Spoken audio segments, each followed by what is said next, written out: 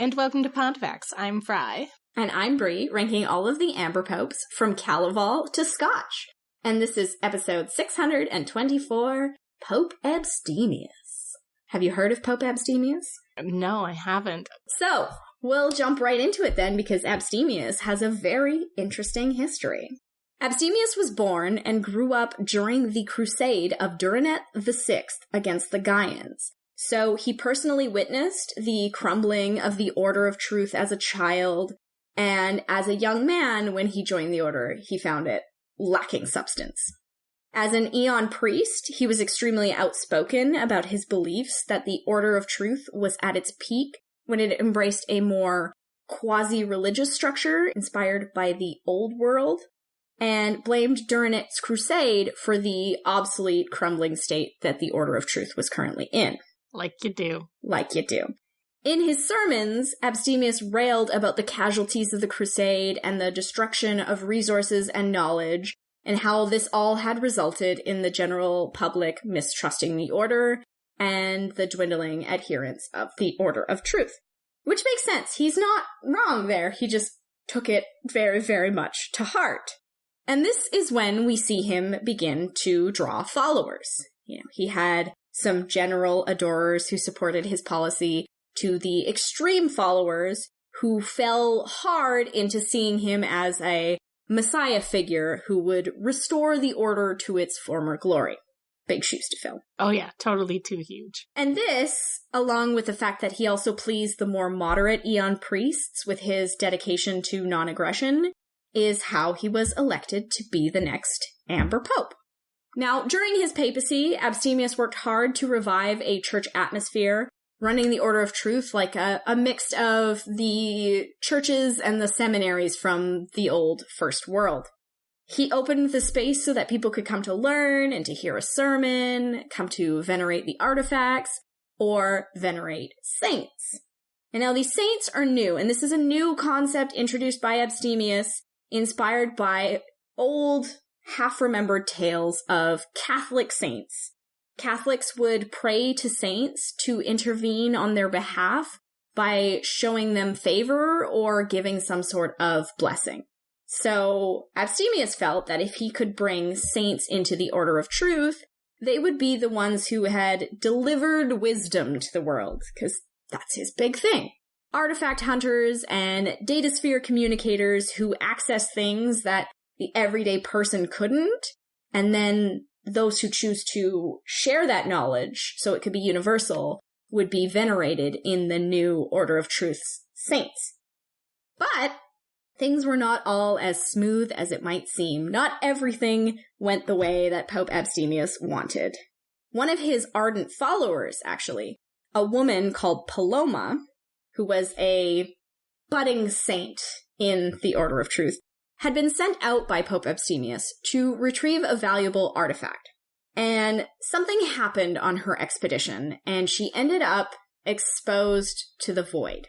No one really knows why, and she certainly hasn't had any commentary on what happened. But when she came back, she had a whole new set of ideals that she felt were significantly more important to her than Abstemious's message of wisdom and truth. She wanted to embrace feelings. She had a lot of feelings, and she felt that feelings were at the absolute root of truth. And also varied level marketing tactics that would give people the enchanted and mystical crystals and unguents and genital steaming apparati that they would need to bring them in harmony with their true selves. I'm sorry, you can't say genital steaming apparatus without me laughing at it. So she clearly had her own way about things. And this started to cause a problem. And soon, Paloma's ramblings became more informal gatherings outside of the church that were now considered under the auspices of Mama Paloma. And the Order of Truth began to divide. And what happens when you get a divided Order of Truth? Anti-popes. That's right. You get an anti-pope.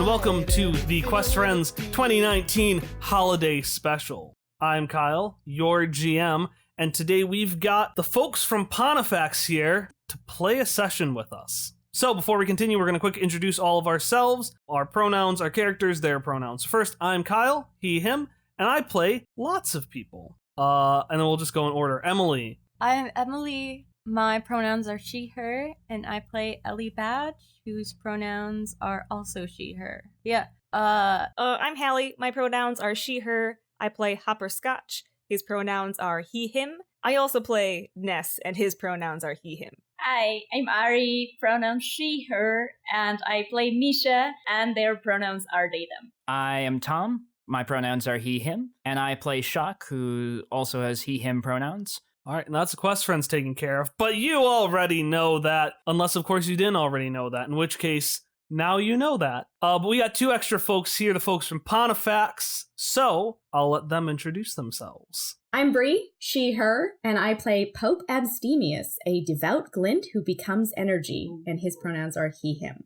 I'm Fry, she, her. I'm going to play Sister Paloma, also known as Mama Paloma to her followers. She, her. She is a mystical seeker who delved too deep. All right, with that taken care of, let's get started.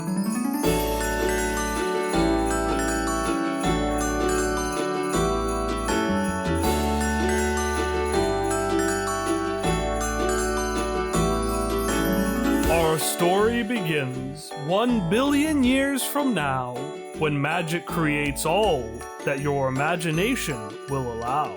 Many worlds had come and since returned to their slumber. In fact, I believe 9 was the current world's number.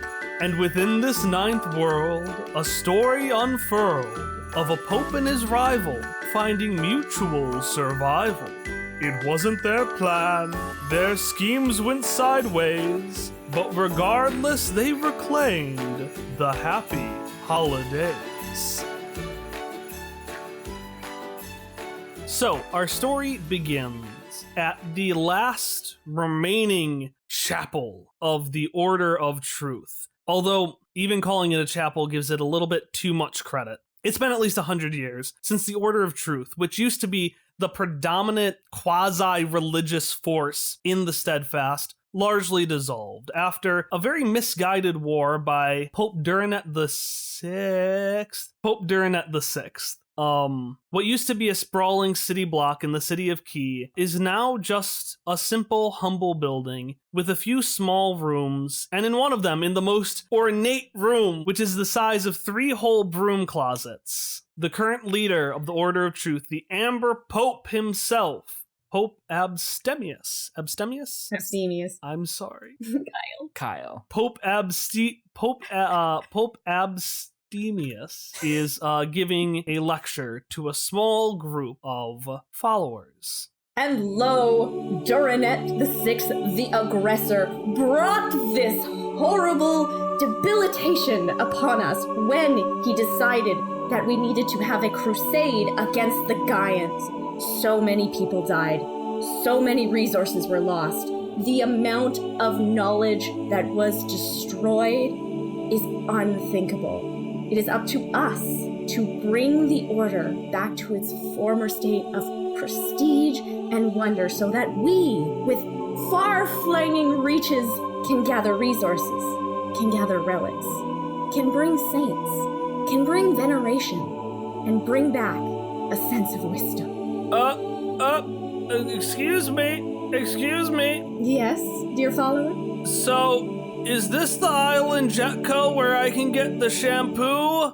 Or did I turn around somewhere? Oh, friend, you may be lost, but together you may be found. Why don't you come sit and have a look at some of our relics and see if any of them resemble this thing you're looking for, shampoo. I'll pull up a plastic bottle, dusted and withered and holy, it's kind of deteriorated over time, because even plastic would have deteriorated by this point. This bottle, fructis, at one point contained hair cleaning supplies, and it was easy and convenient and smelled like something they referred to as citrus. Is this what you're looking for? Well, I prefer one that's filled, but I've come to a few Jetcos already, so I'm okay with one that has a little bit in it. Well, unfortunately, we can't give you this one because this is a precious artifact that belongs to the church. It is a relic of the First World. So... But I'm looking for shampoo. Well, I could teach you a little bit of what we know about shampoo, but if you want to buy some, you might have to go elsewhere. And at that, 75% of the crowd stands up, grumbles to themselves, and leaves the room. I'm used to this. So we see Pope Abstemious say that to himself, and what, for the sake of the visual in our mind, what is the man we're looking at? What does he look like? Abstemious is a fairly short man. In reference to the quest friends, he'd probably be about 6 inches taller than Ellie, but shorter than everyone else. But he wears a very beautiful red and gold papal mitre that would bring him up to average height. He is surprisingly sturdy. He's not stocky, but he's reasonably muscular for reasons that I'm sure we'll come to later. He's got kind of slightly array white hair and a very close cropped facial hair goatee. His eyes are a gold color, which is reminiscent of the glow that comes off of his body because he emanates this golden glow color, kind of like radiation or a walking glow stick. He wears a red and black embossed cardinal-style robe, ready for adventuring at any moment. So he has that sort of opulence and elegance about him. He's really trying to bring prestige back to this organization that is otherwise kind of dusty and drab. But it's not super ostentatious. It's just enough to catch your eye, but not quite enough to make you go, oof, geez.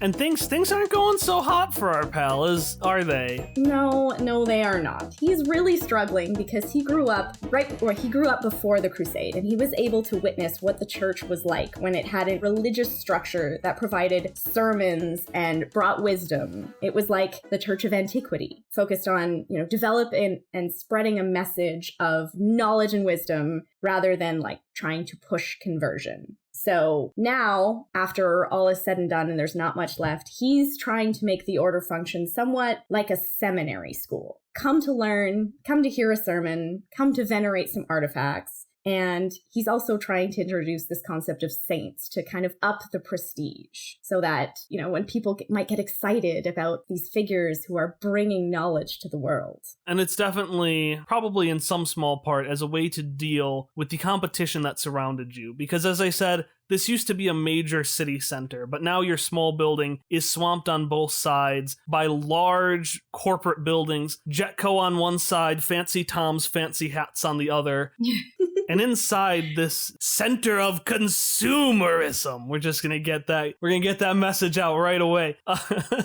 Right in the center of these buildings is you and your small group of followers. And in fact, one of them, panting, bursts open the doors and runs up to meet you. And what is this follower's name? Oh, jeez. I didn't even think of names. Let's call him Brother Barnabas. Okay. Brother Barnabas Benifer. That's his full name. How dare you? How dare you? Barnabas Benifer. That's his full name now. That's not going to get hard to remember, is it? Yeah, of course so. I love it. Ah, Jesus. All right. So Barnabas Benifer runs up to you, breathing very heavily. He's a young guy, so he's had to have been running real hard for real far. Suddenly, you hear as he's just stopped in his place by a tiny baby elephant with wings. Oh, that's so cute. This species of creature is called a burbofant.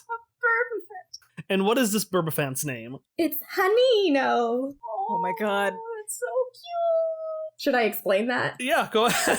Okay, so Hanino is a reference to Hanno, which was a white elephant that was actually owned as a pet by one of the popes, Pope Leo X. And his wings are dove wings because it's a reference to Pope Fabian, who became pope when a bird landed on his head. I knew this was a Pope Fabian reference. So he's a tiny burbofant. He is your companion. We can go into the past and the history of your relationship at a later date, because that's a whole nother Christmas story in its own right. Sure is. So he runs into Hanino and then just brushes the Burbafant to the side, which rests on his favorite sitting spot, which is, you guessed it, your head. Excellent. How does he fit when there's a hat there? It fits inside the hat. It's a miter. They're hollow in the middle. Oh, you're right. He's got a nest. He's got a nest. A little bird nest. And your follower, Barnabas Benefer, it just breezes like, Pope Abstemius, important news from the Sea Kingdom of Gon. An important artifact. A whole city of artifacts. A workshop has risen from the sea off the coast. Wondrous news. This is the perfect opportunity. Well, yeah, I think that part's great news, but there's some bad news along with it too. Okay. What is it, my son? So I learned about it because I ran across Sister Paloma, who's on her way there now. What?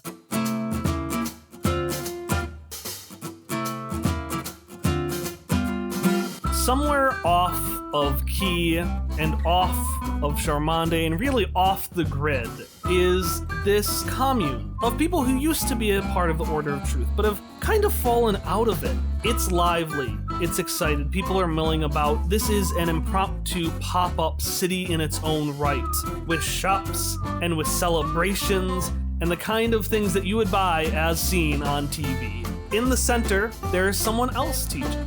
Her teaching style is a lot more collaborative. It's not a speaker in front of a group, it's a group sitting around with each other, just kind of celebrating. People come and go, they mill as they please, and not one person is looking for Jetco shampoo. And because this is a lot more loose than a strict, sermon, I can't really say specifically what's going on. So instead, I will have Sister Paloma, or as she's known around these parts, Mama, say what she is up to right now. Well, right now, we are having it's kind of like a potluck, and it's kind of like a guitar jam. We're just having a good time. The spaghetti is the guitar strings. Yeah, sure. You've got nacho chips. We're just drumming on the nachos, and yeah, it's a mess, but it's fun. So, Sister Paloma, she's in the mix of it. Everyone comes up and says hello to her. She blesses everyone. She gives them a pat on their shoulder or clasps their hand. Otherwise, it's just pretty freeform. Everyone's feeling the music and the jives and the good time here.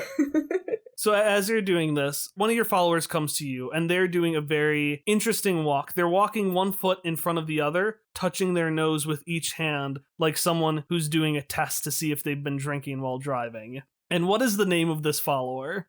Their name is Helena Lordle. Helena Lordle? Yes. All right, little Helena Lordle comes up to you. And I actually want to know, how would you greet somebody? They would come up and she would flourish her parasol and then do a slight bow to them, and they would bow back. But it's not a requirement. Helena doesn't do it back. They actually look a little bit concerned. Mama, I have some very concerning news. Oh, what's that? I would have known how to respond to that. Well, you know Gon? Yes. Sure. Said with the confidence of someone who doesn't know God.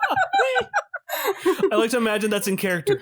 Yes, I do. But please... Remind me again.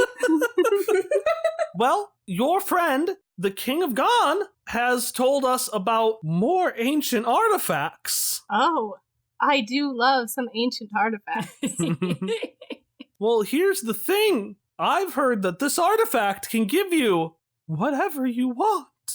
I mean, don't we already have whatever we want? Well, that's what you said, Mama. But, well, don't you think he might want a lot? Yes, he usually does. We could go fetch it for him. Is that a euphemism, or are we actually friends now? I mean, I'm friends with everybody. Euphemism. Got it. We'll start at dawn. And your follower leads, and it gives Sister Mama Paloma time to think. And as Sister Mama Paloma thinks, what is the person that we are looking at? All right. She's not super tall. She's maybe about 5'4". She's waifish because she's pretty bad at feeding herself. You know, basically taking care of herself in general. Her hair is kind of all sorts of snarled up. She's mushed a bunch of things into it. Not anything specific, just like bits of this and bits of that. Maybe a piece of spaghetti. She wears clothes that cover most of her because she's been exposed to the void. So anything that's out and about that you can see of her skin has really dark bruising. She doesn't look as happy as she acts in that way. She looks a bit ill, but she wears big old bug-eye goggles, and she has this excessively beaded parasol that she just flourishes around as she pleases. And that parasol turns away as Mama Paloma's eyes turn towards the direction, I'd say northwest of where you're looking. And she can't see very far, but we can see. We can see further and further past her view, moving onwards over various countries and over various landscapes. We pass an Aneen because we need an Aneen cameo. And we make our way off of the bridges to the Sea Kingdom of Gon. And we see what they have heard about. We see this recently risen, multicolored building that looks more like several small, adorable cottages laid side by side. It will take a few days for both the Pope and the Anti-Pope to make their way to this washed-up workshop, but they're not the only ones going. All right, so Hopperscotch. I got a question for you, because I always forget to do this. What is your flex skill for the day? Flex skill? Let's call it identification. Identification of what? Stuff. Like recognition? Like artifacts or... Yeah, like if I'm just totally metagaming, like would Hop be able to... Spidey senses for artifacts. I gotta keep a running list of flex skills, because I never know what to pick. And grappling hooks didn't. I got it. What? You can identify objects specifically related to this workshop. And you know what we're going to call it? Christmas spirit. Oh, no. Is my flex skill Christmas spirit? Yes, now. Oh, boy. I'm not sure how I feel about that. We'll make it identification. Spidey senses. Okay. I got some bad news for you, though. Because I was going to introduce where you are and what you're doing based on Hop using his flex skill. But since his flex skill is identification, you should tell me, what is Hop successfully identifying in this workshop? I've already ruined everything. Is there like a rocking horse? You can make up whatever you want. Oh. So long as it's not Santa Claus himself, I'm okay. Like, hey, that's Santa. Yeah, let's do a rocking horse. We're just gonna go with what I said first. Rocking horse. Oh, hey, this is like a really old toy. They're not around so often, but you just it's called a rocking horse, and he's like he's pressing down on the bendy part on the bottom so that it rocks back and forth, and he goes, This is it. This is all it does, but you know, they really liked them back then. It's truly exceptional, Hopperscotch. Do you think it was built in this place? Oh, I was going to say that Misha is already on that horse. I'm imagining it as like a really small horse. Me too. So I imagine Misha is just sitting on this thing that's like a foot long, just rocking back and forth. They're trying their best. It's really old, so be careful. I don't know how sturdy it is. Oh, I think this is really fun, Simon Scotch. Good, they did too. Shock is using the recorder headband to film Misha on the rocking horse. Or some wonderful holiday memories. Misha's waving at Shock. Shock waves back, and you can see his hand pass in front of the screen a little bit. So, you are inside of this workshop, this factory that rose up out of the sea. And you're actually here on a favor. So the Sea King of Gon wanted this checked out. And this was something that the Queen of Anquan, Queen Brackleberry, was going to actually send some of her workers to do, but they couldn't make it in the moment. So, as a way of trying to mend things a little bit with Ray, you've decided to go and take care of this yourself. Put your best foot forward. So you're currently in this large space where there are wooden toys and stuffed things that have long since lost their stuffing. Around one of the corners, you can see your guide, who suddenly appeared when you entered the factory. He is a short, round Vargellen being the fish folk in Numenera who look exactly like Muppets. And this Vargellen, whose name is Eusebius. Eusebius! Man! I looked up the pronunciation online, and it said Eusebius. It's Eusebius, man! Eusebius. Not that Eusebius. Or that one. There's a lot of Eusebius. Looks over to you and says, "Have any of you found the candy key yet?" Oh, not yet, Eusebius. But we found this incredible rocking horse. It's in really good condition. Ah, yes, the good old rocking horse. I remember reading about those. It's thrilling. After Ellie, Ness goes, yeah, real exciting. Ness, do you want to try and rock on this horse? Yes, young man, I think you would find a lot of enjoyment out of it. Why? It just goes back and forth. It's like normal movement. But in place. you think it advances forward, but it doesn't. It's quite remarkable. It uses physics, because if you go back far enough, then it works forward a little bit more, and it's okay. It's oh no. Ness is just staring at Hopper while Hopper tries to explain physics, so Hopper just stops talking. And Shock will interject. Eusebius, where exactly should we be looking for the candy key within this facility? Well, the candy key looks a lot like the candy canes we saw earlier, but it's not nearly as delicious. Then again, and he looks around at the cobwebs surrounding everything in this facility, it all might taste the same now. Gotta get that Muppet laugh in there. Gotta get that Muppet laugh in there. God. What do our immediate surroundings look like? I mean, it's a workshop. You've got a bunch of, give me a perception. All right, then. Let's crack out the dice. First roll of the night. Let's use the good die, maybe? Yeah, it's a 12. All right, yeah, you see, yeah, you're not going to see it, but you're going to get kind of a sense of where it is, because you look around, and most things are pretty plain. You see a few conveyor belts where there are toys that seem to be mid-creation, so the rocking horse, a ball on a string, and it's all pretty easy to see where everything is. On one end, you see a striped door, which is where the candy key will go. And the only spot where it seems like it could be is you see a pile of stuffed animals, of teddy bears. But as I said, the stuffing has long since been lost. So it's just a pile of flat teddy bears. And that's the only place the key could be. It's kind of like finding a needle in a haystack, except it's a key in a pile of bears. Well, seeing this pile of flat bears, Shock will wander over and just start, like, poking through it with the butt of the strong glass staff, just scooting it around, sifting through, trying to see if there's a clank. Ness just crawls straight into the middle of the pile, because he's small enough. So imagine this massive pile of flat, lifeless teddy bears. Not Shock. Ness just crawls straight in the middle of it. So Ellie starts shredding them. because Ness is Shock's companion, Shock, I'm going to give you a GM intrusion. Who do you want to give your other experience point to? I will give my other experience point to Hopper Scotch, since Hallie is the one, strictly speaking, triggering this. All right, and then Fry and Bree, are you familiar with experience points? Yeah. I am not. Okay, experience points are going to be things that you can get. You can use them for good things. So with 1 experience point, you can re-roll something. With 2 experience points, you can make it automatically succeed, or you can push yourself farther than what's physically possible. Actually, at 3 and 4 XP, you get to basically break the laws of physics. Okay. That's why Hallie's saving all of her XP for the finale of Crime and Courtship. I got 6.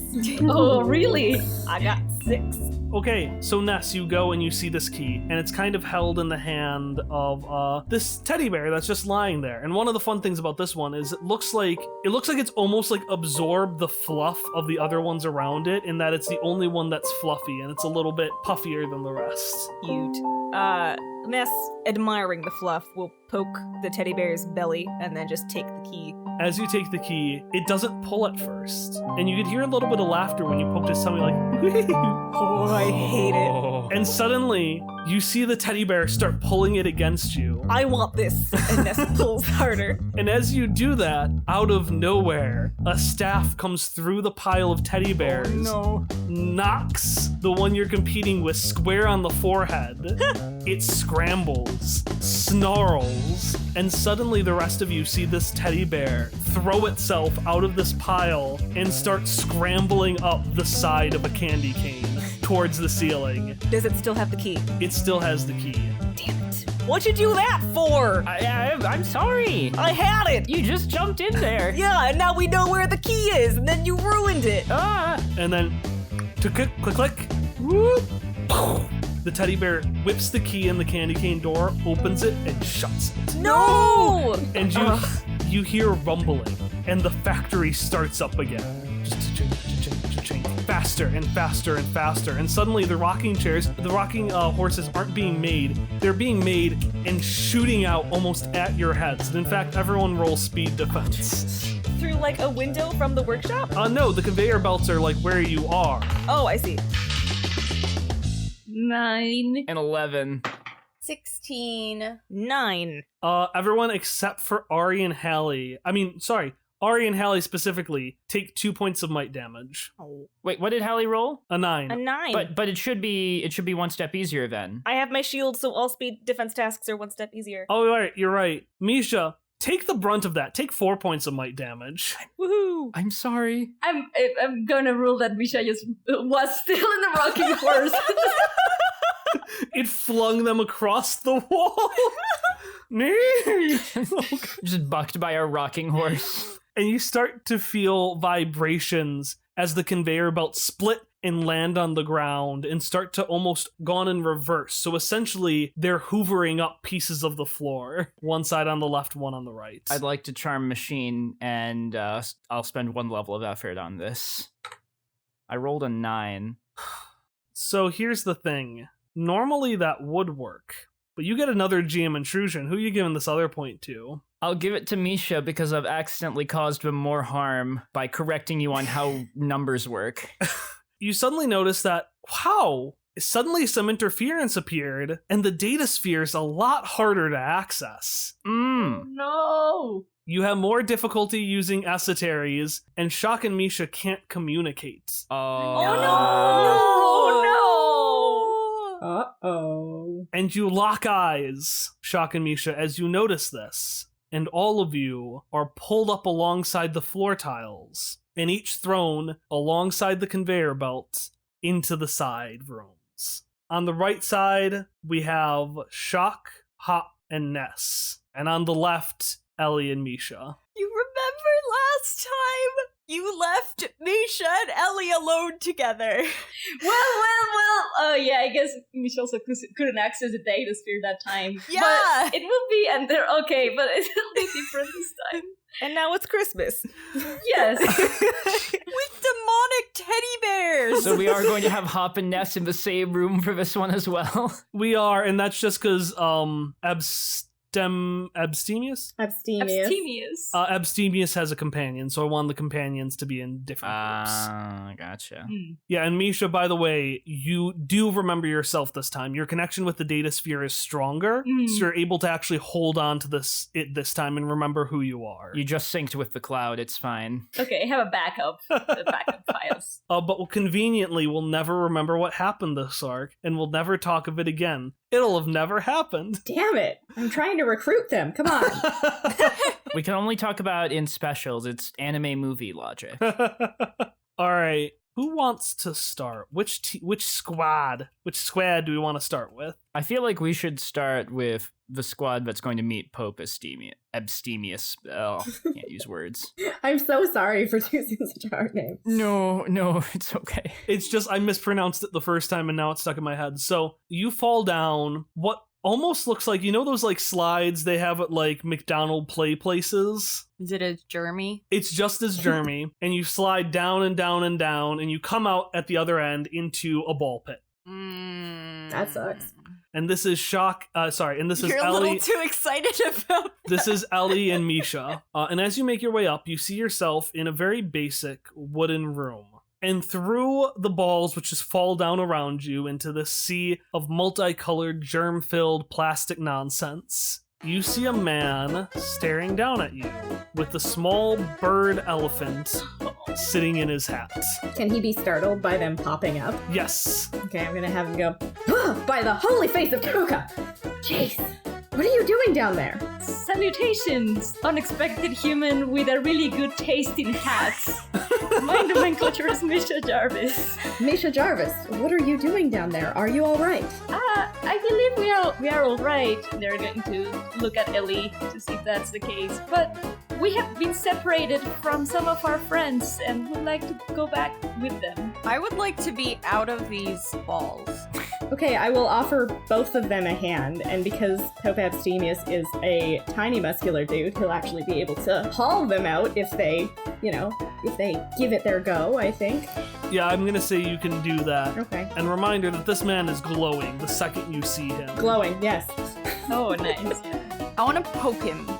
When he tries to help you up or when you get up? When I get up, I'd like to rule if this is okay that there's a little startling realization at how it's pretty difficult, despite how small of a woman Ellie is, to pull her up.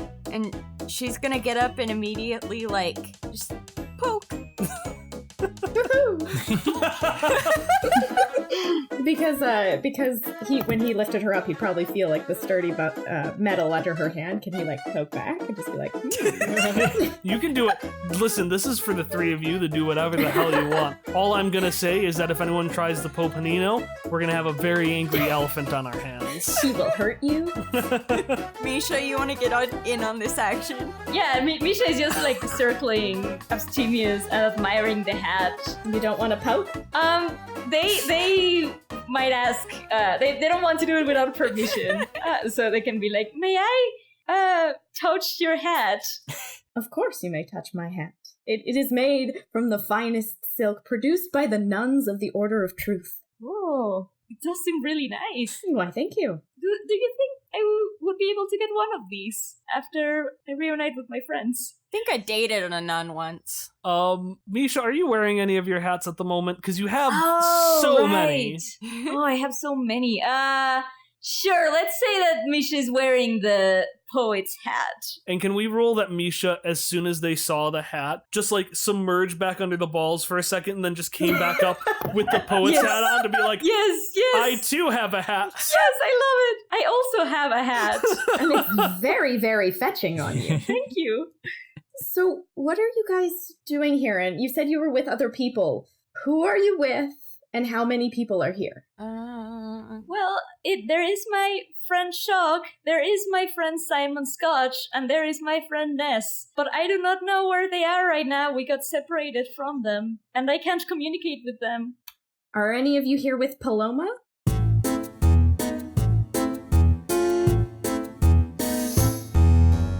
Meanwhile, Shock, Hop, and Ness, you go down a much worse slide. You know those metal slides that they have at playgrounds? That burn your skin if it's been hot? Yeah, they're really fun unless they're hot, which they are. There are lights in here that beat on the sun, and you slide down and you just hit the concrete. And you're in an identical hall. It's wooden and cozy. So it's a literal brick of concrete specifically at the bottom of the slide before everything goes away to nice carpeting. Someone did this on purpose. Yes, it's the aesthetic of it. All right. So you hit the ground, and as you're probably nursing your bottoms a little bit, you turn over and you see an umbrella in front of all three of your faces. Is it open? I don't know. Is it open or is it not? Well, if Mama Paloma's inside, her umbrella would be closed and probably set to the side. I assume that she has found an old hunk of fudge. And when you pick up old fudge, it immediately turns to dust. So she's shoved that into her canteen and shook it up. And so she sees these people face plant on the concrete and walks over and goes, "Oh, I have some restorative drink for you. I just discovered it." Oh, she freaking would. Now, question: did you at least mix this with water, or is it just the powder? It's in a canteen with water. Okay. Slightly better. Now it's just mud. Yeah. Million-year-old room temperature chocolate? Yes. But Shock doesn't know any of this, so he will look up, say, "Oh, well, thank you," and take a tentative sip of the drink. Drink things that strangers give you? I was gonna say, even without the knowledge of what it is, Hopper's not really going... Does Hopper try to stop Shock before he does? Yes, he does. He's like, we... Like, takes his hand out and then gently puts the canteen down. Thank you for offering your drink, but I think we'll be okay. I'm Hopperscotch, and he'll stand up, dust himself off, extend his hand. Mama Paloma's going to shake that hand, two-handed, one hand on one side, the other hand on the other, gently. A gentleman's handshake.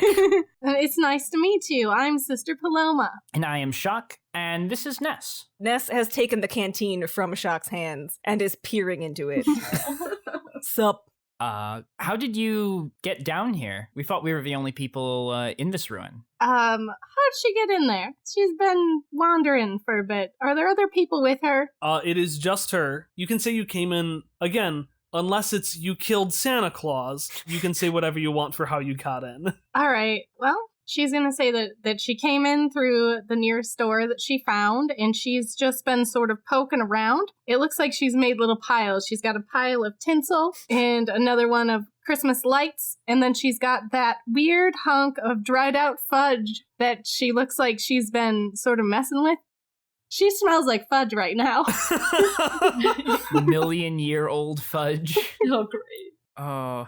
Shock is going to stand up and say, "We got separated from our companions. Did you need help getting out of here, or was there anything specific you were doing in this ruin?" Well, I was looking for an artifact that I heard about. I can sort of feel it under my clavicle here. I can feel it in and about my heart region, in the cockles, as it were.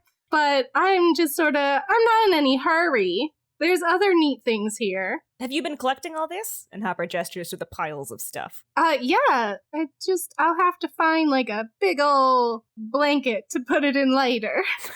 Shock, perhaps not recognizing the strange piles, just like, "Oh, that's so fascinating. I've never heard of someone who had the power to sense artifacts within their own body." Yeah, how does that work? I'm not entirely sure. It's definitely on my list. Oh. I like to believe that before they split up, Pope Abstemious just gave Paloma a literal character sheet saying, "Hey, here are your powers which we have established so you can remember." And Paloma just has this sheet, like a receipt, like, "Oh, what was this? Oh yeah, this was the power. Right, yeah, right here." It says it's on page 47 of the core rulebook. Not sure what that's referring to. I think it's a holy text. The King James edition of the Order of Truth role-playing game. It was a brief period where Abstemious tried to be with the times and was like, well, maybe we can market ourselves in direct competition with Jetco. It didn't pan out. He tried so hard, though. He tried to rap a sermon, and it went over really, really poorly. I was about to say we don't talk about the Amber rap. Anyways, oh hey, look, there's a door.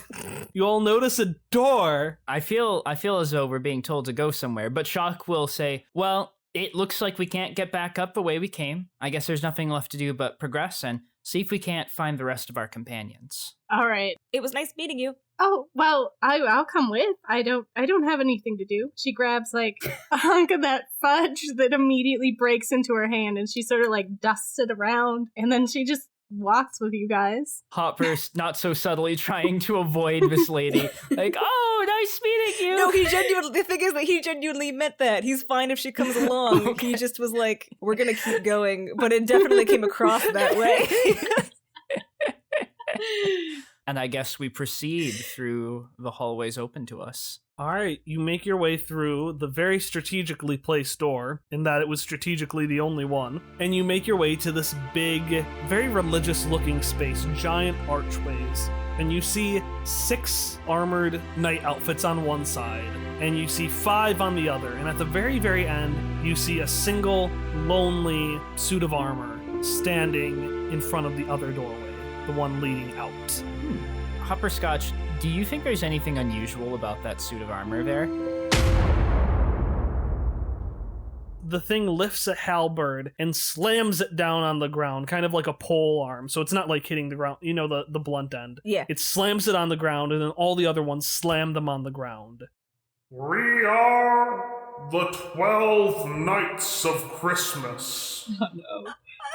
Over there is Boxer, over there is Roger, and I am Sir Hilarious. What business do you have with us today? We're just passing through, trying to get out of the room. But are you worthy of passing through? I mean, personally, I think that all people are worthy of going through doors. Yeah, I second that. That is a valid point, but can you name the Amber Pope who first stated all men can go through doors? Well, my beliefs were based more upon the democratic and egalitarian principles from the teachings of the machine Boz. We do not know of the machines of Boz. Tell us of their wisdom. Well, there was a long time ago a machine that we in our records call Boz. We don't have any information on what this machine's function was, but we know that it created a sanctuary for other intelligent machines and decreed that we would live there in peace and security. That's when the traditions were established for egalitarian meetings, votes. I think they in the steadfast here they'd call it democracy. And the only thing that they don't tolerate are machines who try to kill or take over other machines, as they do from time to time. Such is valuable, novel, and utterly serious knowledge. You and the small robot may pass. You! And they point to Hop. What scriptures do you bear knowledge from? Hopper's searching his memory for literally anything that he knows related to scripture. Don't murder folks. It's a good one. Such is a good lesson. From which scripture have you gained that knowledge? The Adventures of Jameson Hopper. The halberd slams down. You may pass on and carry with you the scriptures of St. Jameson Hopper. And then finally, they turn around and they look at Paloma. You! Oh. What scriptures do you come bearing knowledge of? The scriptures of nature and the beauty around us. It just sits there. It doesn't even slam down. It looks like it's waiting for you to say something more. I read them all in a book called Chicken Soup for the Children's Soul. We have observed the chicken soup. It is by far one of the most popular scriptures. But can you quote the scripture of chicken soup? Yeah, and she sort of just recites a ridiculous poem about bees. And what is this poem? Go for it, Fry. Buzz, buzz, buzz, they go into the flowers. Buzz, buzz, buzz. They're so fat and cute. Bees! It was beautiful.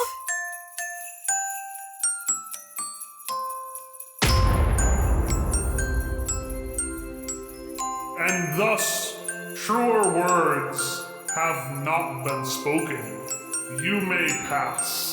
And this knight walks to the side and leaves the door open for you to continue. All right, let's go. She's gonna bring her parasol and follow along. And as you walk and make your way through, closer to the artifact and closer to finding your friends, current and former, our view, our imaginary camera, takes a look into Paloma's book, the scripture from which she read, which she has held on to and is currently in her bag. And we see an odd bit of writing on it. We see that it says, property of Pope Abstemious.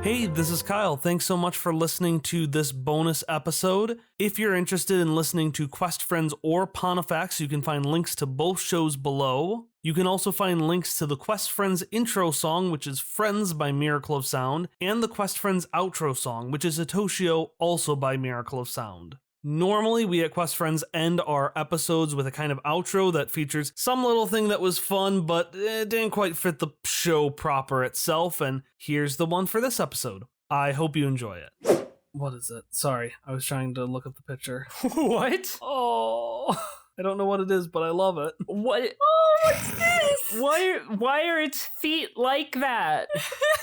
I love it. It's the fish people from Hotel Transylvania, and that's what I'm picturing these fish people looking like. So, No. Do you know how many times I had to watch Hotel Transylvania? yeah.